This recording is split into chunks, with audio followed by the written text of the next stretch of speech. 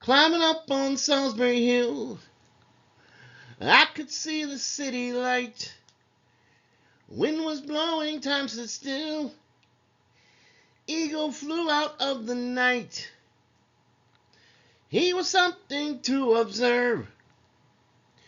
Came in close, I heard a voice, standing, stretching every nerve.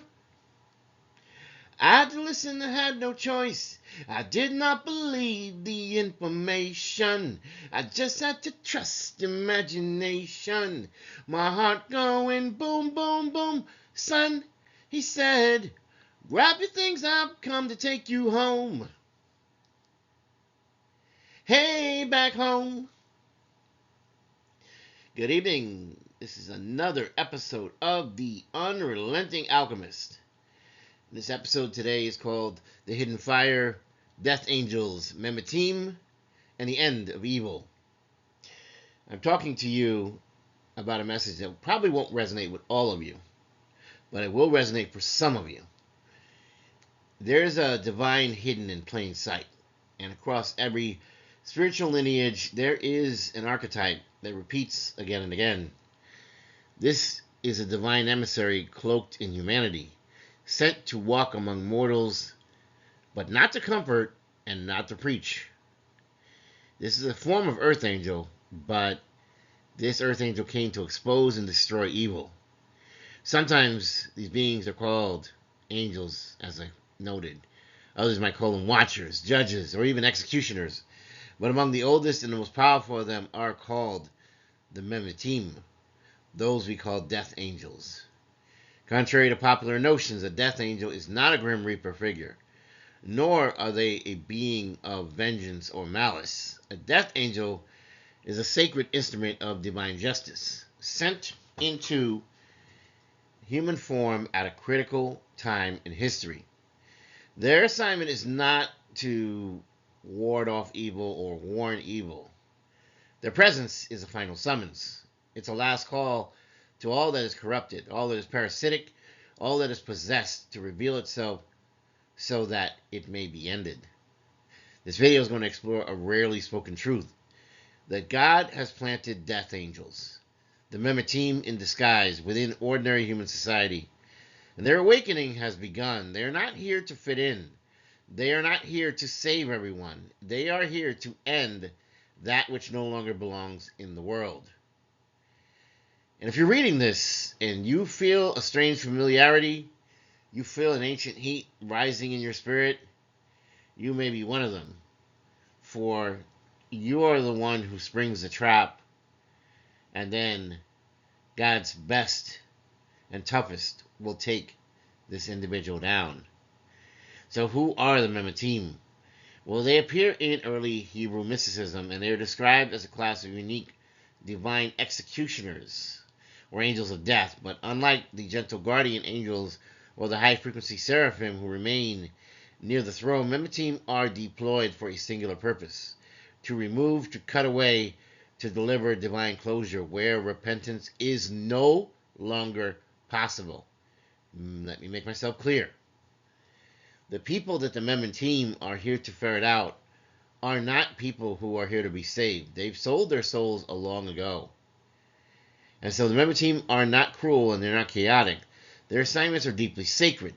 They arrive only when the corruption has passed the threshold, when evil has calcified to such a degree that only divine finality remains. In this way, the Memitim are scalpels in the hand of God. They point out to God who it is that needs to be cut away, and God will cut those limbs from the body of creation. They don't rage, they reveal. Their work is precise, their silence is terrifying.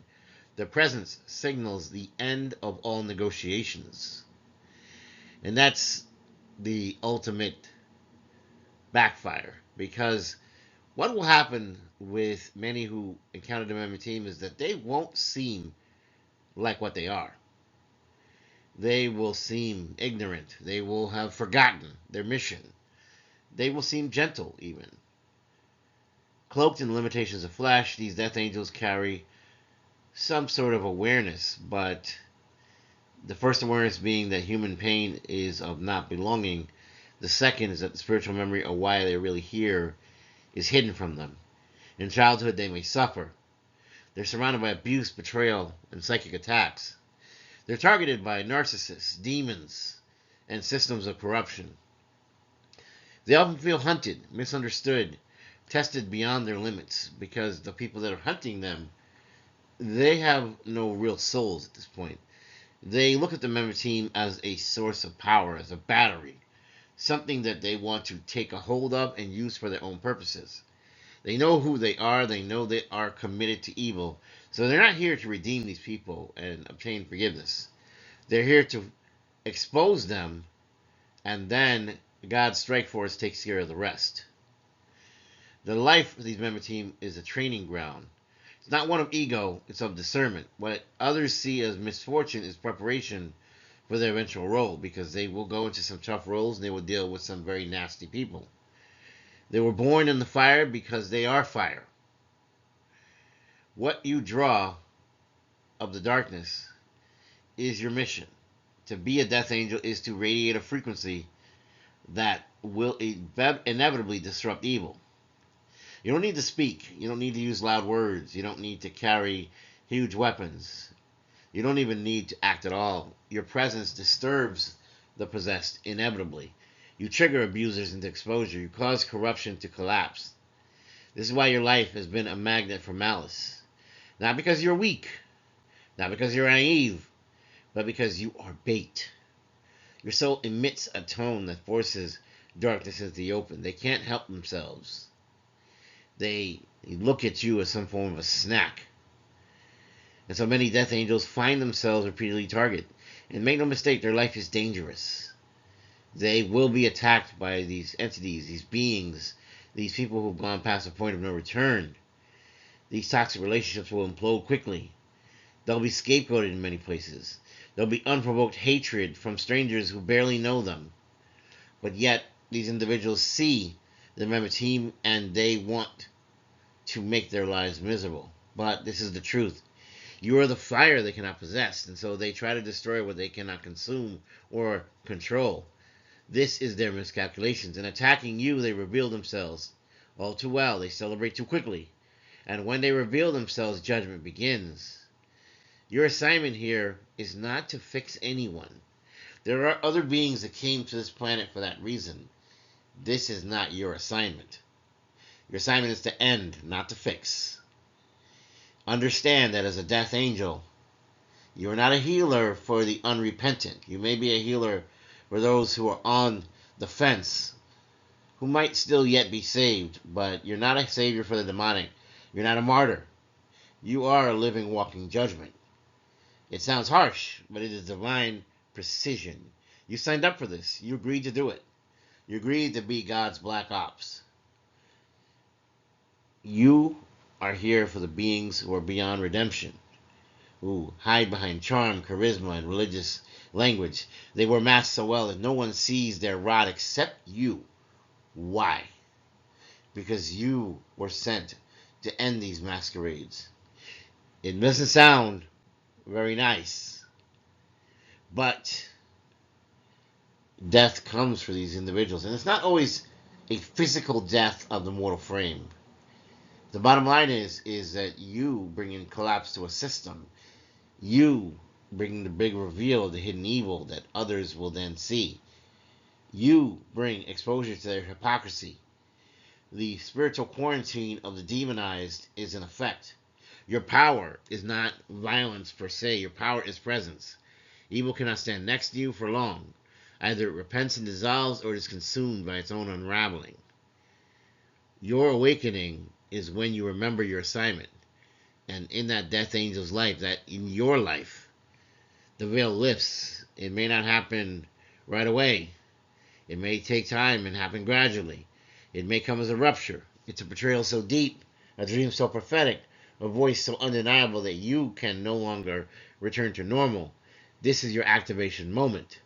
You feel ancient beyond this lifetime. You lose tolerance for games. You understand that manipulations or terrible things, and you will be no further part of it. You realize lies and truth and lies and falsehoods and refusals to tell the truth are equally terrifying and terrible things, and you don't want any more of it. You see demons behind people's smiles. You're no longer afraid. You stop fighting because you're not fighting to be liked.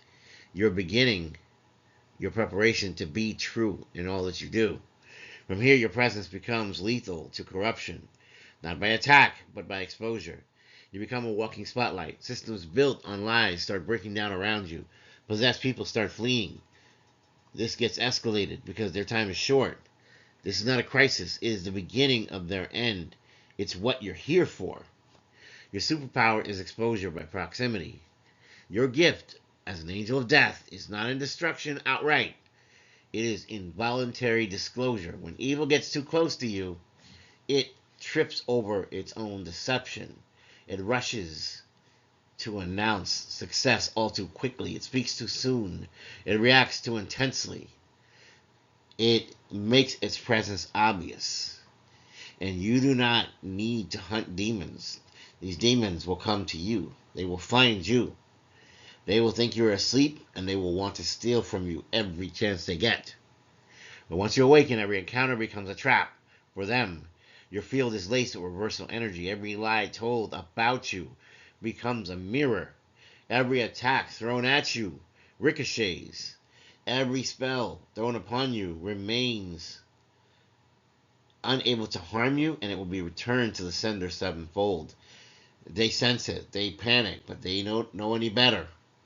And in that panic, it is time for them to burn. Not everyone is here to be saved. Understand this. Understand that some people are so miserable and so far gone that there is no hope for these individuals. This is one of the hardest truths that a death angel must embrace. You're not here to save everyone. You save who you can save, but there are the rest who you are here to destroy.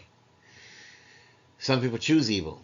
Some people sell their souls in pieces over time because, quite frankly, they want a comfortable life. They want pentacles. They want the best and finer things. But they will go through these things quickly. It's never enough. And all that will be left in these people is a burning hunger. These beings are not your assignment. Your compassion may tempt you to stay. Your humanity may ache for them. But the moment you try to heal what is not willing, you expose yourself to contamination. This is not cruelty. This is cosmic law. You were not sent to redeem this damned person. You were sent to contain them, expose them, and then the assassination squad will come in and end their access to the realm of the innocent. The end has already begun. If you have sensed that there's a global quickening, that you are not imagining, understand that evil is panicking. Parasites are scrambling. Hidden powers are being revealed at every level of society. Why is that? Because you, the select few among the death angels, have awakened. You were never meant to die in silence. You were planted like a sacred tree, timed to detonate not in rage but in revelation. Your presence alone brings the end of timelines built on deceit. You carry the code of closure. And so now the final chapter begins. The isolation was part of the plan. Understand that there are many times you may have to be alone. But God is doing that for a reason. God's protecting you. So understand this is why you go through this. Even in love, you feel the edges. You feel that solitude is not punishment. It's insulation. You were kept apart so that your frequency would not be diluted. You were protected from assimilation.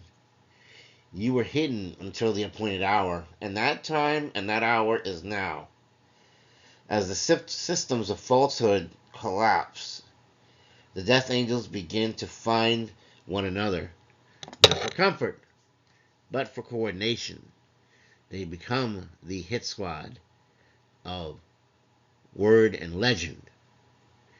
Like sacred fire lines, you are strategically placed across the earth.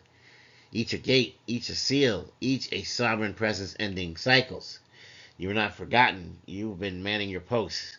You've been at your station the entire time.